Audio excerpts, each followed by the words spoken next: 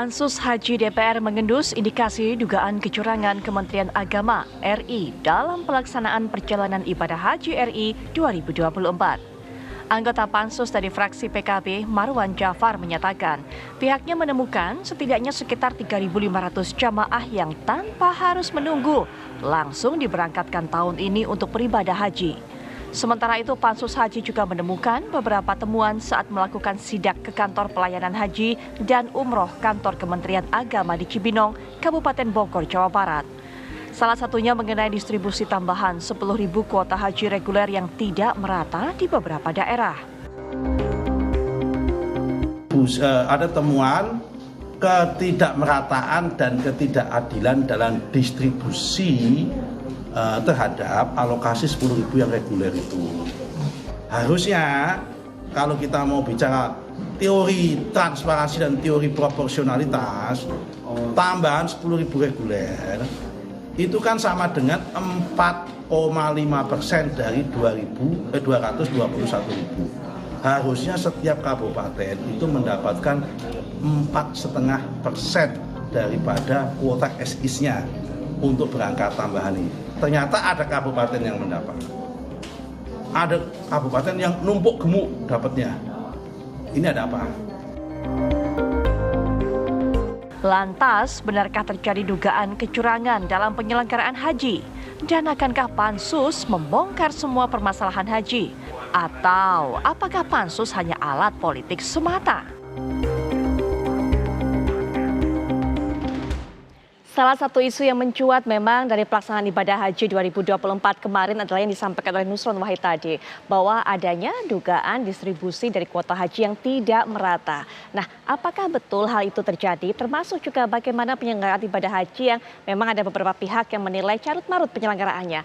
Untuk itulah kemudian Pansus Haji dibentuk melakukan investigasi bagaimana temuan-temuan di lapangan. Tapi yang paling penting adalah seperti yang judul kami sampaikan adalah dagelan Pansus Haji di masa transisi. Apakah memang betul Pansus ini dibuat untuk menguak masalah itu semua atau hanya sekedar produk politik? Untuk bisa membahas mengenai hal ini sudah hadir di samping saya juga merupakan anggota dari Pansus Haji DPR yaitu Bang Ateria Dahlan. Assalamualaikum warahmatullahi wabarakatuh. Bang Terry, selamat malam. Selamat malam. Baik, ya selain Bang Terry, kita juga akan bersama dengan narasumber berikutnya yang akan bergabung secara daring. Beliau merupakan juru bicara Kementerian Agama. Ada Pak Sunanto. Assalamualaikum warahmatullahi wabarakatuh. Selamat malam Pak Sunanto. Mbak Putri, Bang Ateria, ketemu lagi Bang. Ya baik Pak Sunanto. Kita dengarkan dari Bang Terry terlebih dahulu. Bang Terry, apa sebenarnya sejauh ini temuan dari Pansus ini? Terutama untuk bisa menjawab pertanyaan masyarakat. Ini Pansus serius nggak sih? Atau jangan-jangan ya hanya sekedar dibuat untuk memperbesar kemudian konflik yang ada, kemudian isunya begitu kan? Kemudian juga termasuk ini hal-hal yang dibuat untuk bisa ada hubungannya dengan masalah transisi politik. Iya, kalau dagelan mudah-mudahan sih enggak ya. Saya itu orang yang sudah 1,5 tahun tidak pernah mau masuk TV. Nggak pernah. Betul. Semua stasiun lama TV. memang kita nggak ketemu ini. Karena Saya juga lama nggak lihat Bang Terry. Puasa. Kalau ada pertempuran itu bukan pertempuran saya. Oke. Gitu. Nah, tapi untuk ini kita bicara ini terakhir nih. Saya mungkin tinggal nggak sampai 30 hari lagi jadi anggota DPR. Ya. Dan kita merasa perlu untuk memperbaiki penyelenggaraan haji ke depan. Ini masalahnya umat. Saya haji 2017 sama haji yang kemarin beda banget. Bedanya apa Bang Terry? Ya jauh. Ya. Jadi apa? memang Membaik? kita bukannya membaik, malah lebih memburuk. Tidak baik. Ya, Okay. Kalau boleh dibilang buruk. Nah, apa yang kami kerjakan? Kita punya kesepakatan ruang lingkup pemeriksaan Pansus. Pertama kita bicara aspek kelembagaan. Itu kita bicara mengenai organ. Dari mulai menteri, dirjen sampai ke bawah ke staf. Kita bicara kewenangan, kita bicara tupoksi, ya.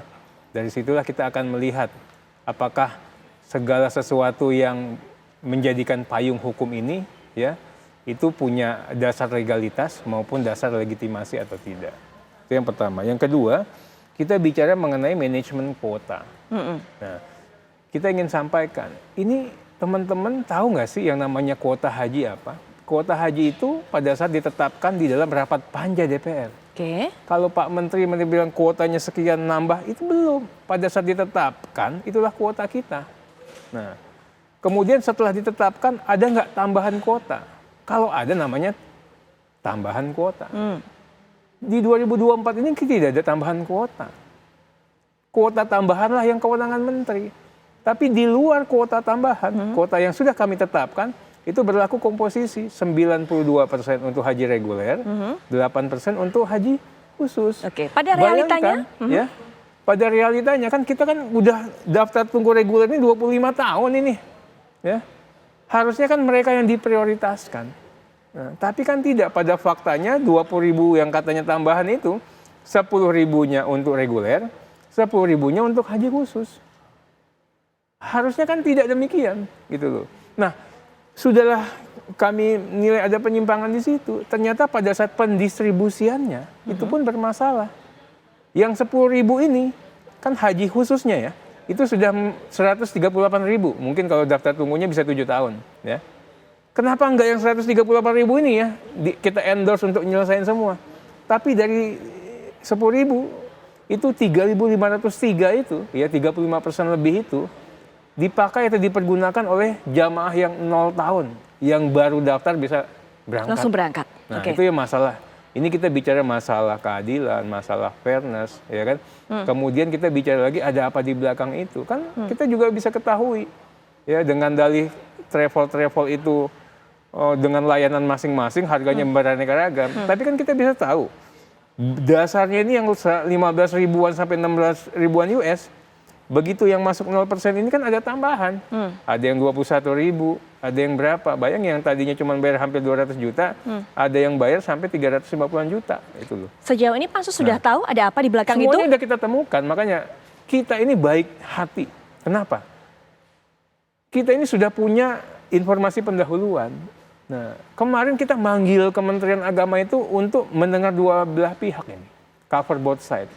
Ya, jangan sampai temuan kita ini kita pandang sebagai suatu kebenaran tersendiri. Yuk, Kemenak, atas fakta ini tanggapan kalian apa? Baik. Kan kita baik kan seperti itu ya. Ya, tapi memang minggu kemarin ini, termasuk minggu ini teman-teman Kemenak dipanggil nggak hadir. Gitu loh. Nah, yang berikut kita bicara lagi mengenai masalah tata kelola layanan. Kan ada layanan di Medina, ya, di Mekah. Ya, yang kami tanyakan juga gambarnya, Bang Terry, Iya, di layar. ya, itu baru sebagian. Bicara itu namanya kita bicaranya di Armusna. Oke, ini baru sebagian. Baru sebagian. Oke, yang lainnya, yang menurut pengamatan Bang Terry langsung bagaimana? Itu yang saya katakan tadi, ya. Dulu nggak pakai yang namanya Negara Kesatuan Republik Indonesia yang nggak ada presidennya waktu itu. Ya, pemerintah Saudi, Raja Saudi itu begitu melayani kita dengan baik sekali, beradab dan sangat terhormat. Ya kan?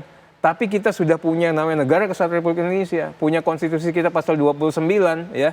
Punya Kementerian Agama, punya Direktorat Haji, punya yang namanya BPKH. Justru pelayanannya memburuk. Jamaah kita model seperti itu. Kenapa seperti itu? Kan kita bisa bayangin, tetangga kita, ya, Malaysia gimana? Tetangga kita, Singapura gimana? Tetangga kita, Korea gimana? Oke. Tetangga kita, Eropa gimana? Jauh lebih. Gimana perbandingannya? Jauh. Iya kan? Mereka tidak seperti itu? Jauh. Tidak mengalami kondisi Waduh, seperti ya. ini? Mbak, saya ini yang boleh dibilang beruntung. Tahu nggak antriannya? Mau ke belakang, buang air. Oke, ke kamar 2 mandi, jam. kamar kecil. 2 jam. Karena jumlahnya kurang. Bayangin yang reguler, ya kan? Bayangin yang ibu-ibu, katanya saya nggak tahu, saya bukan ibu-ibu ya. Yang nahan pipis itu ibu-ibu lebih sulit dibandingin yang bapak-bapak. Anggota DPR juga susah ke kamar Susah, kecil kami pada pun saat 2 itu. jam. Dan yang bisa dibayangin nggak waktu itu kita datang, yang katanya ini kita bicara sebagian ya, itu panasnya minta ampun kemarin, ya. Tapi tidak ada AC, dikompres, putar terus, gimana itu, ya? Panas banget, makanya banyak yang ada di luar. Malamnya ya itu tadi, pas mau tidur di kepalanya ibu-ibu pipis di samping tenda. Dia nggak tahu di samping tenda itu sudah tempat tidur kepalanya si bapak-bapak itu. Sampai diketok-ketok. Udah jangan pipis di sini katanya. Sampai begitunya. Ya, belum lagi kita bicara makanan. Belum kita bicara hotel. Belum kita bicara bus yang Hamin berapa sudah nggak ada busnya. Di tempat yang lain busnya masih ada. Nah, inilah semua tanggal 11 besok kita mau ke sana. Kita juga akan lihat ya seberapa effort mereka, ya, karena kan kita sudah punya daftar list semua yang ada yang berinteraksi sama mereka. Oke. Kok ada yang bermasalah nih, vendor-vendor masih ditunjuk juga, ya kan? Kemarin udah punya masalah ini, misalnya. Pada pelaksanaan ibadah haji sebelumnya. Iya, tapi masih pakai dia dipercaya. juga. Gitu loh. Artinya dugaannya apa seperti ini kalau masih ditunjuk juga? Sudah kita punya kesimpulan ya. Kemudian bicara numbering, angka, kontrakmu berapa sih, ya kan?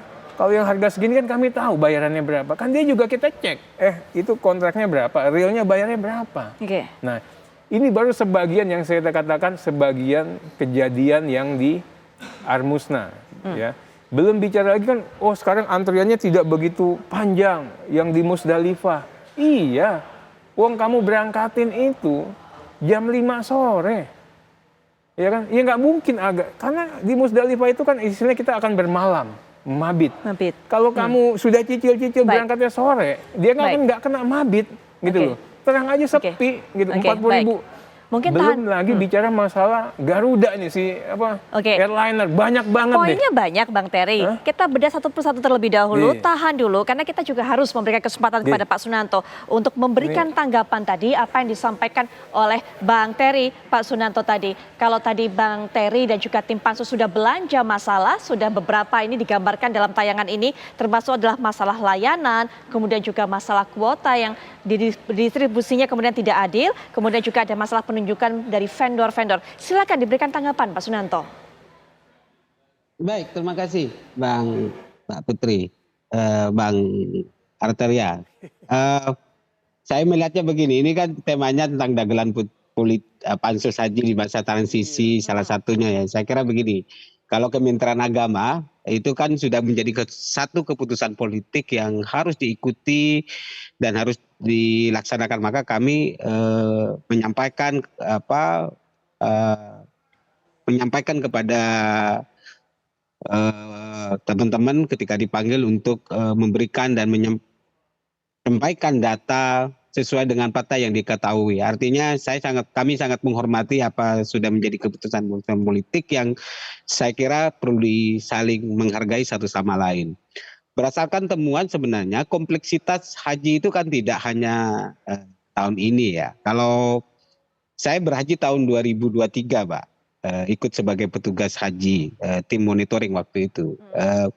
Kalau setidaknya kalau kita berpikir lebih ada kreditnya lebih parah karena ada problem di pengangkutan di Musdalifah waktu itu seharusnya dimulai pada tahun 2023 pansus ini kalau ingin rencana perbaikan. Jadi temuan-temuannya tidak di ujung-ujung seperti ini. Tapi itu semua saya kira kami sangat menghormati dan sangat mengapresiasi apa yang sudah dilakukan untuk perbaikan pelayanan jamaah haji kita. Seperti yang salah satu temuan yang saya kira perlu diungkapkan biar tidak menjadi opini publik bahwa haji reguler yang berangkat mendaftar dari 0 tahun ya. Berdasarkan temuan yang ditemukan di Siskuat tidak ada yang bisa berangkat ke daftar reguler ya. Tidak reguler yang mendaftar secara langsung tahun itu langsung berangkat, tidak ada. Baik, artinya karena ada data sudah berbeda nih dicek ya. Baik. Ya, makanya kami berupaya misalnya mana yang data-data yang sebenarnya bisa berangkat di 0%, ya kira-kira 0 tahun kira-kira.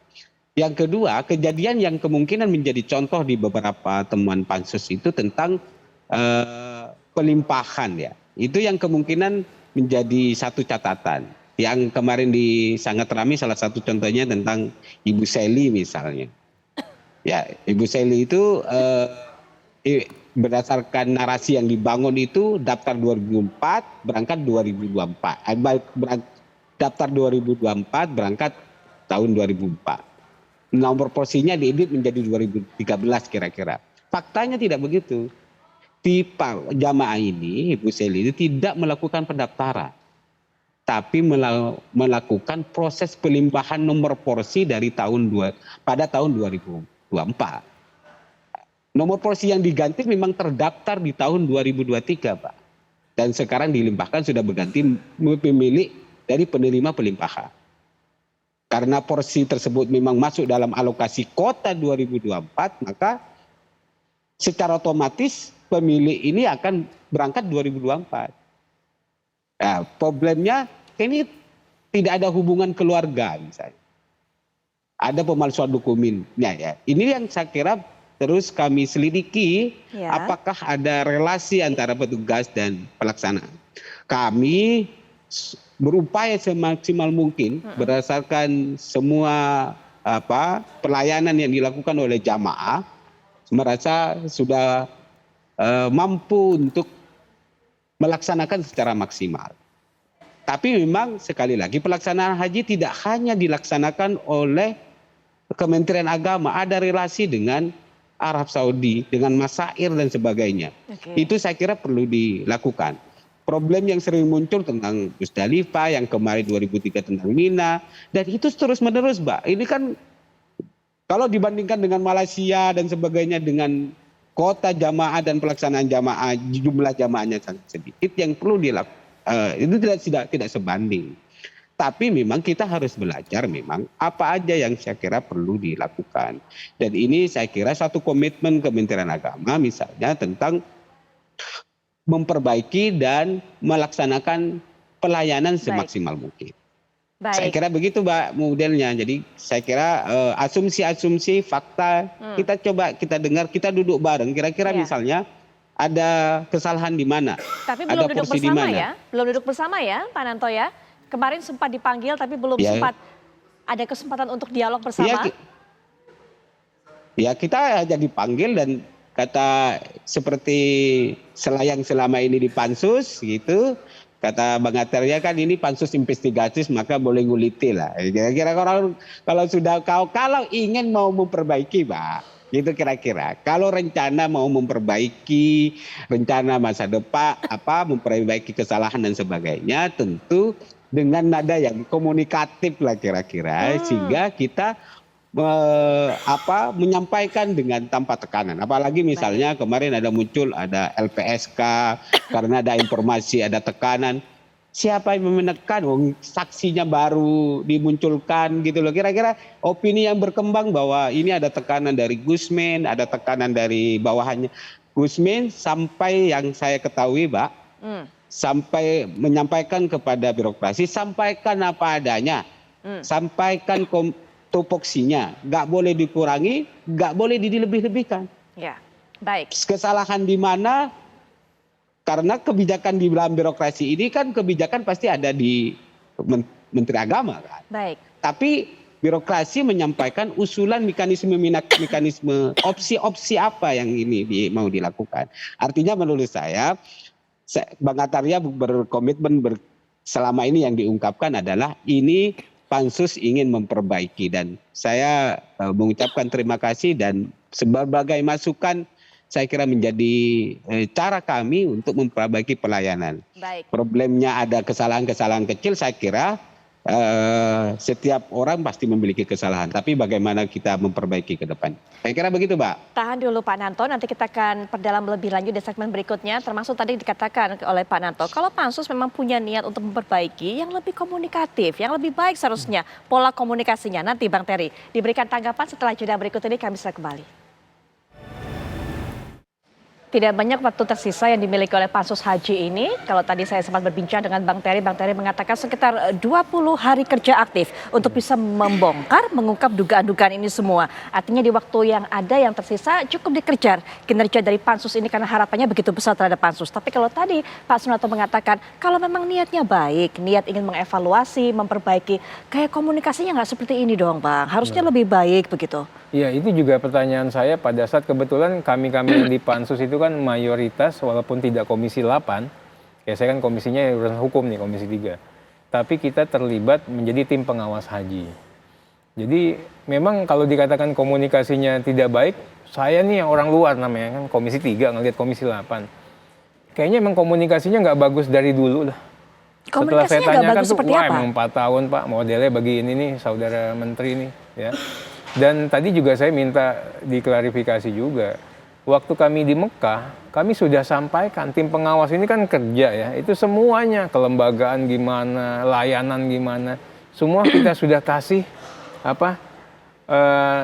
temuan, indikasi penyimpangan dan harus dilakukan perbaikan seketika. Tapi apa yang terjadi kan? Yang diperbaiki kan nggak begitu signifikan. Kejadian lagi, itu lagi, itu lagi. makanannya upin-ipin lagi, ya kan? Kemudian ya masalah tenda ya begitu lagi, masalah antrian ya begitu lagi. Nah, artinya kita sudah bicara.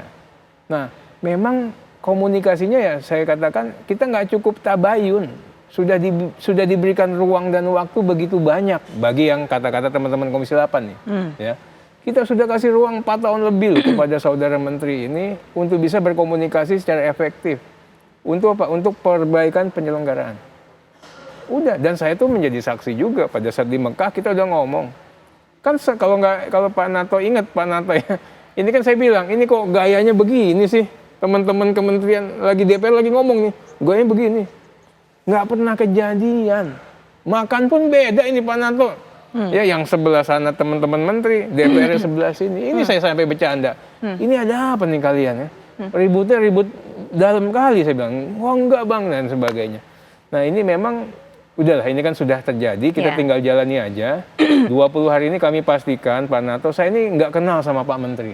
Oke. Tapi saya pasti akan berlaku objektif. Saya akan janji. Saya juga bicara sama teman-teman di pansus itu ya. Nggak ada, ini kita ini spiritnya perbaikan. Saya bilang Pak Narto, kita nggak mungkin lah. Kita ini, pidanakan Pak Menteri. Enggak, itu bukan artinya dahlan. Ya kan? Kita ingin perbaikan. Kalau kita fokus perbaikan, ya kita ini. Kita nggak akan mengkuliti Pak Narto ya. Memang karena pansus hak angket ini kan heavy-nya di penyelidikan. Oke. Nah tentunya memang banyak bertanya, banyak mengkonfirmasi fakta. Dan karena kita sudah tahu faktanya, ya bukan merasa dibohongi ya. Kalau orang jawabannya nggak sesuai dengan faktanya, kadang-kadang teman-teman agak emosi, agak ini ya. Itu aja sebenarnya, itu manusiawi juga. Tapi kembali lagi, di sini kita akan lakukan perbaikan. Baik, Watawasau bil haq, watawasau bis sabr. Nggak ada yang lain. Ini semua saudara. Oke. Malu juga loh, Gus Menteri keluarga kita ya. Masa kita semua berantem ya. Kalau bisa dikoreksi dengan baik-baik, kita akan koreksi baik-baik. Oke, Bang Terry, kita akan nanti lanjutkan. Pak Sunarto nanti bisa berikan tanggapan karena masalah komunikasi sebenarnya ternyata kalau menurut pengakuan Bang Terry sudah dikomunikasikan sejak awal dengan baik-baik, sudah diinformasikan apa yang harusnya diperbaiki. Tapi ternyata tidak ada tanggapan berarti yang cukup signifikan. Tapi nanti Pak Narto bisa berikan tanggapan. Kita akan terlebih dahulu mendengarkan ini suara salah satu calon jemaah haji yang sepertinya juga mengalami kendala dalam proses pemberangkatannya. Nanti kita akan dengarkan bagaimana kronologinya, apa yang sebenarnya dihadapi, dan juga mungkin nanti Pak Narto bisa berikan tanggapan mengenai hal ini. Saya sudah terhubung dengan Bapak Arief Aditya. Assalamualaikum warahmatullahi wabarakatuh. Selamat malam Pak Arief. Waalaikumsalam warahmatullahi wabarakatuh, Mbak Putri. Terima kasih. Iya, Pak Arief ini merupakan calon jemaah haji yang rencananya awalnya berangkat tahun berapa Pak? Awalnya itu 2021, kalau menurut informasi dari Siskohat. Kemudian kami cek kembali di tahun 2022, kami disampaikan 2026. Ya, kemudian cek sampai 2023 bulan Juni masih 2026. Baik, Pak Arief mohon maaf Pak Arief, saya tahan dulu. Pak Arief 2021 awalnya rencana berangkat, tapi kenapa tidak jadi berangkat? Karena pada waktu itu pemerintah memutuskan tidak ada pelaksanaan haji. Oke, baik. Gitu, sehingga 2022 kami cek kembali, oh ternyata tidak masuk, bahkan langsung 2026. Nah, kemudian kami cek kembali 2023 bulan Juni, tapi masih juga 2026. Pada kesempatan itu akhirnya saya mencoba, pada saat itu saya ditugaskan untuk tugas belajar ke luar negeri, di Jepang tepatnya. Akhirnya saya ambil. Nah, kemudian 2023 bulan Desember, awal Desember kalau tidak salah, saya dinyatakan berangkat. Nah, kemudian saya berkonsultasi dengan pihak terkait, mulai dari KUA sampai ke kantor agama Kabupaten Bogor, sehingga singkatnya tidak memungkinkan saya berangkat karena pelaksanaannya terlalu mepet secara administrasi, kemudian juga notifikasi yang disampaikan kepada kami itu kami harus mencari tahu sendiri. Siskohat itu hanya bisa mencapai porsi saja, estimasi ke tunggunya gitu ya. Jadi berapa lama, kemudian estimasi berangkatnya kapan, tidak seperti integrasi masuk ke email kita, layaknya seperti sistem-sistem yang lain sehingga memudahkan kita memiliki persiapan yang cukup. Nah, aspek lain adalah tes kesehatan. Pada waktu itu kami juga sempat bertanya, apakah mungkin secara teknis tes kesehatan kami laksanakan di luar Indonesia? Iya. Tentunya dengan mengikuti kaidah yang disampaikan oleh dinas terkait. Kemudian disampaikan belum ada regulasi hukumnya, payung hukumnya belum ada. Nah, tidak hanya sampai di situ juga, mereka juga belum punya pengalaman jika memperbolehkan pelaksanaan tes-tes seperti kesehatan dilaksanakan dari luar Indonesia. Kemudian kami konsultasi kembali ke beberapa tempat seperti ke KBIH, kemudian kalau kami pulang ke Indonesia, kemudian mengurus ini semua berapa lama, mereka semua sepakat menjawab, kami tidak tahu. Kami tidak tahu karena ini bukan ranah mereka. Itu juga jawaban yang sama dari kantor agama Kabupaten Bogor. Ya kami bukan apatis ya, tapi melihat sistem seperti ini yang Siskohat belum bisa menjawab semua kebutuhan jamaah layanannya, sehingga kami putuskan ya mungkin ini belum panggilan Allah kali gitu ya. Jadi mungkin salah satu perjalanan spiritual kami ya, saya dan istri mungkin ini belum jawaban terbaik sehingga belum bisa berangkat haji tahun ini gitu. Baik. Begitu Mbak Ya, Putri. Pak Arief, apakah juga mendapat informasi apa yang harus dilakukan oleh Pak Arief dan istri untuk bisa mendapatkan kepastian kapan berangkatnya atau di tahun berapa? Apakah mendapatkan informasi seperti itu? Ya, sayangnya informasi seperti itu kita harus mencari sendiri hanya melalui sistem sistem yang diberikan oleh Kementerian Agama, layanan websitenya. Kita bisa masukkan nomor porsi kita, kemudian diberitahu estimasinya kapan tahun berangkatnya. Tetapi selebihnya tidak ada, bahkan mendapatkan informasi haji saja itu benar-benar tidak seperti layaknya zaman sekarang itu mungkin menggunakan media elektronik, bisa masuk ke dalam email kita. Ini melalui informasi dari orang per orang, bahkan bukan dari petugas resmi. Jadi masuk melalui WA, kemudian dikumpulkan katanya malamnya melalui petugas dari kantor urusan agama, sehingga pada prinsipnya tidak berjenjang tetapi melalui mekanisme yang sifatnya masih manual. Sangat disayangkan gitu, sehingga informasi ini tidak bisa kita respon secara cepat. Baik. Mas Arief, terima kasih sudah bergabung dan juga menceritakan apa yang dialami, apa keluhannya. Insya Allah nanti akan bisa mendapatkan tanggapan dari Pak Nanto dan juga semoga bisa memberikan jawaban yang nanti bisa ditindaklanjuti oleh Mas Arief tentunya. Terima kasih sudah bergabung. Nanti setelah jeda Pak Nanto bisa berikan tanggapan dari apa kasus yang dihadapi ataupun dialami oleh Mas Arief. Kemudian juga nanti yang ditanggapi juga apa yang disampaikan oleh Bang Terry.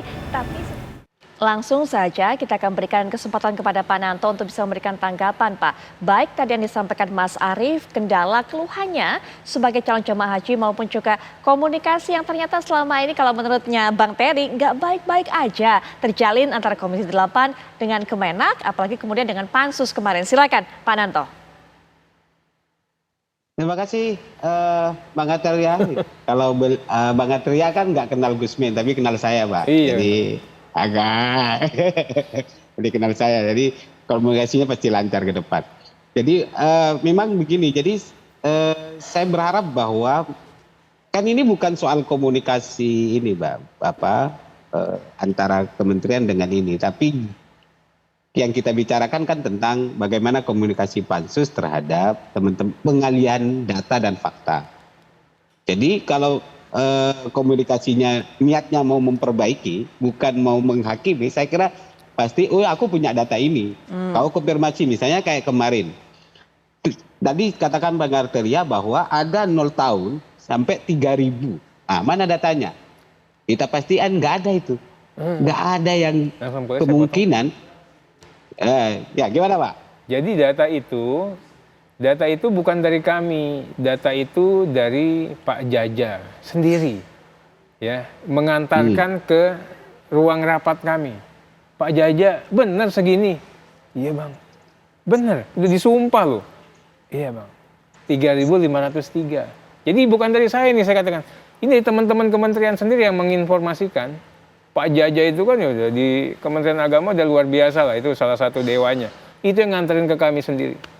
Dan dia menceritakan, Pak Jaja ini 3.500 dari 10.000 ini banyak sekali loh. Sedangkan 138.000 jamaah haji khusus yang masih menunggu.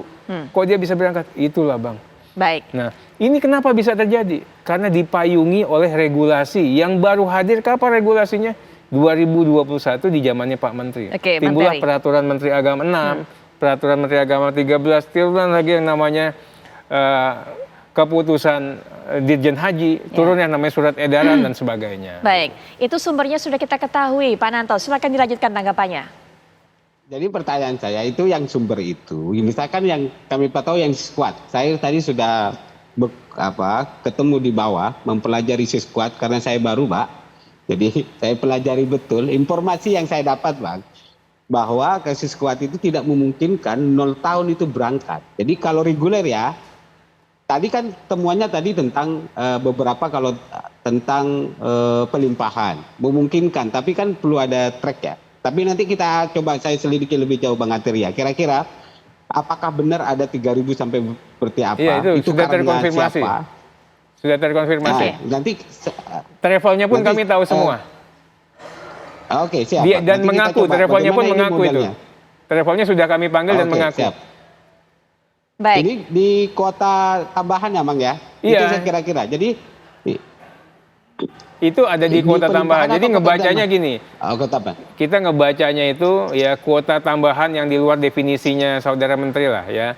Itu sampai sebelum 16 Februari. Kalau 16 Februari sudah pakai kuota tambahan baru. Di dua-duanya yang kuota lama sama kuota tambahan baru ini semuanya dapat itu.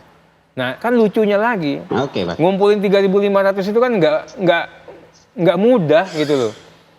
Gimana caranya? Itu yang saya katakan. Patut diduga sudah ada ini, ya, ditebar ke sini nanti yang nampung travel ini, dilempar ke sini nanti yang nampung travel ini, dapat. Tapi Pansus sudah mengantongi bukti-buktinya itu belum, sudah Bang? Atau hanya dugaan saja? sudah menjadi pengakuan dan mereka kan hadir di bawah sumpah. Oke. Itu yang saya katakan tadi, dengan atau tanpa kami memanggil Kementerian Agama, kita sudah punya tidak hanya dokumen yang sudah memenuhi persyaratan alat bukti, tapi dokumen tersebut terkonfirmasi oleh saksi-saksi yang sudah kita bertemu dengan kami. Baik, sebentar Pak Bang Jadi Terry. saya boleh tanya, yang tadi Ya. siapa yang jamaah itu? Yang... Oh, ini ada Mas Arief ya. Tadi Mas belum Arief. diberikan tanggapan dari Nah. Pak Nanto. Silakan kalau Bang Terry ada yang mau tanyakan kepada Mas Arief. Ini adalah satu yang diantara berjuta jamaah yang begitulah siskohat kita. Mas Arief hanya tahu namanya dia ada di siskohat, nomornya berapa, dan estimasi berangkat. Tapi dia tidak tahu apakah ada jamaah yang, mohon maaf, meninggal dunia sehingga nomornya bisa naik, ya kan? Apakah ada jamaah yang gagal? Dia nggak tahu. Dia hanya terima nasib nanti nomormu sekian, nomor porsimu, kamu akan berangkat sekian. Nggak transparan dong Harusnya, datanya. ya kalau mau siskohat, namanya siskohat, dia itu tidak hanya akuntabel, ya. Ini dia harus transparan. Tidak hanya transparan, dia harus mudah diakses. Ketiga-tiga ini nggak ada. Akuntabelnya gimana? Siskohat bisa diinterfere. Saya kalau dikatakan nanti sama teman-teman Kemenak, mereka bisa diinterfere atas dasar keputusan menteri, keputusan dirjen, peraturan menteri. Oke, dengan baik. alasan penggabungan lah, dengan alasan pengalihan lah dan sebagainya. Saya ingin katakan begini ya, ada satu orang, ini peraturan menterinya bilang, lansia, udah boleh dong didampingin. Ya boleh, tapi syaratnya apa? Syaratnya itu adalah ada hubungan keluarga. Ya, baik, Bang Terry. Syaratnya ada KTP yang sama Oke. dalam satu provinsi. Oke, Wong baik. ini yang satu, yang lansianya sama yang pendampingnya nggak kenal. Baik. Gimana? Baik. Nah, kita berikan kesempatan yang tersisa ini, waktu yang tersisa bagi Pak Nanto untuk bisa memberikan tanggapan Pak terhadap Arief. apa yang disampaikan Mas Arief. Betul, Bang Terry. Iya. Karena tadi kita belum bisa memberikan kesempatan Pak Nanto untuk memberikan tanggapan responnya apa mungkin yang harus dilakukan oleh Mas Arief ini dengan kasus seperti ini. Silakan Pak Nanto. Ya, terima kasih. Memang kejadiannya kan Mas Arief informasinya kan tahun 2021 berangkat. Kan kita ada pemberangkatan dari tahun 2000 dan 2021. Sedangkan yang tahun 2022 itu hanya kuota 47%. Di Kementerian Agama itu ada banyak informasi sebenarnya, Mas. Kalau jenengan bisa, itu ada sistem haji pintar dan itu juga bisa komunikatif lah. Selain Siskuat kan hanya menjadi salah satu sistem yang proses pendaftaran, pelimpahan porsi, pelunasan dan sebagainya sebagai kejawatan. Selain itu ada sistem yang apakah bisa lunas dan sebagainya adalah di informasi di Indonesia Pintar. Mungkin kami bisa belum bisa Mas Arief belum dapat informasi tentang sistem Indonesia Pintar, kan itu bisa di-download kok. Jadi salah satu kemungkinan kan masukannya, saya ucapkan terima kasih misalnya kejadian seperti Mas Arief Aditya itu tentang prasyarat surat kesehatan.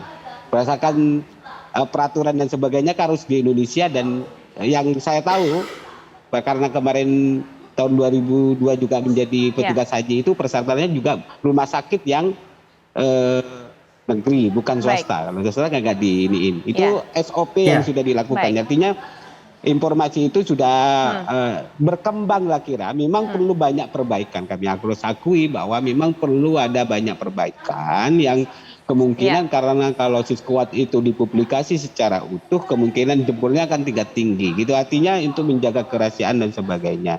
Tentang persoalan kata Bang Arteria tentang pendamping dan sebagainya sudah diatur dengan kalau meninggal harus diganti di bawahnya, karena ada proses lain yang saya kira ketika mati ada proses pelimpahan dan sebagainya. Saya kira itu. Kalau waktunya ngopi nanti kita ngopi lah Bang. Kita diskusi banyak belajar sama Bang Artia. Mas Arief silakan singkat apa yang mau disampaikan ke Pak Nanto, silakan. Baik, terima kasih Pak Sunanto, tadi disampaikan ada layanan Haji Pintar. Tentu sebelumnya kami sudah melakukan informasi, apalagi di era komunikasi teknologi canggih seperti ini gitu ya. Layanan itu sudah kami download Pak, tetapi pertanyaannya apakah layanan yang ada di Haji Pintar itu benar-benar sudah bisa menjawab kebutuhan informasi bagi para jamaah. Kita harus jujur Pak, kalau kita buka dan itu mudah kok bagi semua para pemirsa TV One bisa juga mendownload layanan Haji Pintar, itu isinya tidak lengkap, tidak memenuhi kebutuhan para calon jamaah haji. Sehingga kita harus akui bahwa memang perlu ada improvisasi. Di sana memang kalau memang ada restriksi, tidak ada, kalau ada batasan gitu ya, batasan terkait siskohat, kami mengerti, tetapi upaya itu harus berkesinambungan sehingga jangan lagi terjadi ada misinformasi mengakibatkan jamaah tertunda atau hilangnya kesempatan yang telah menunggu katakanlah belasan tahun begitu Pak. Kami tentunya sudah mendapatkan informasi itu, kami sudah download, install, dan sudah mempelajari, dan itu tidak menjawab. Demikian Pak, terima kasih. Pak Nanto, itu tadi ada masukan tentunya dari Mas Arief. Sayangnya waktu juga yang mengakhiri perbincangan ini, walaupun memang masih banyak kebutuhan mungkin yang dirasakan harus diungkapkan oleh Mas Arief. Pak Nanto juga harus memberikan tanggapan, demikian pula juga Bang Terry. Tapi nanti mungkin bisa diteruskan setelah program ini berlangsung, terutama komunikasi yang terjalin antara Pak Nanto dengan Mas Arief selaku calon jemaah haji yang ingin mendapatkan kepastian mengenai jadwal keberangkatannya. Bang Terry juga terima kasih, Pak Nanto terima kasih. Kemudian juga Mas Arief, terima kasih sudah berbagi pengalaman, berbagi cerita. Nanti semoga mendapatkan solusi apa yang menjadi kendalanya. Setelah jeda berikut ini, Ken Anne punya pembahasan menarik mengenai peluang timnas. Silakan Ken. Ya, sudah di-spill oleh Putri Viola, betul sekali pemirsa. Usai jeda, apa kabar Indonesia Malam akan mengajak Anda tentunya untuk membahas bagaimana peluang timnas Indonesia yang akan melawan Arab Saudi pemirsa di grup C putaran ketiga kualifikasi Piala Dunia 2026 zona Asia. Akankah timnas memberi kejutan dan hadiah terbaik untuk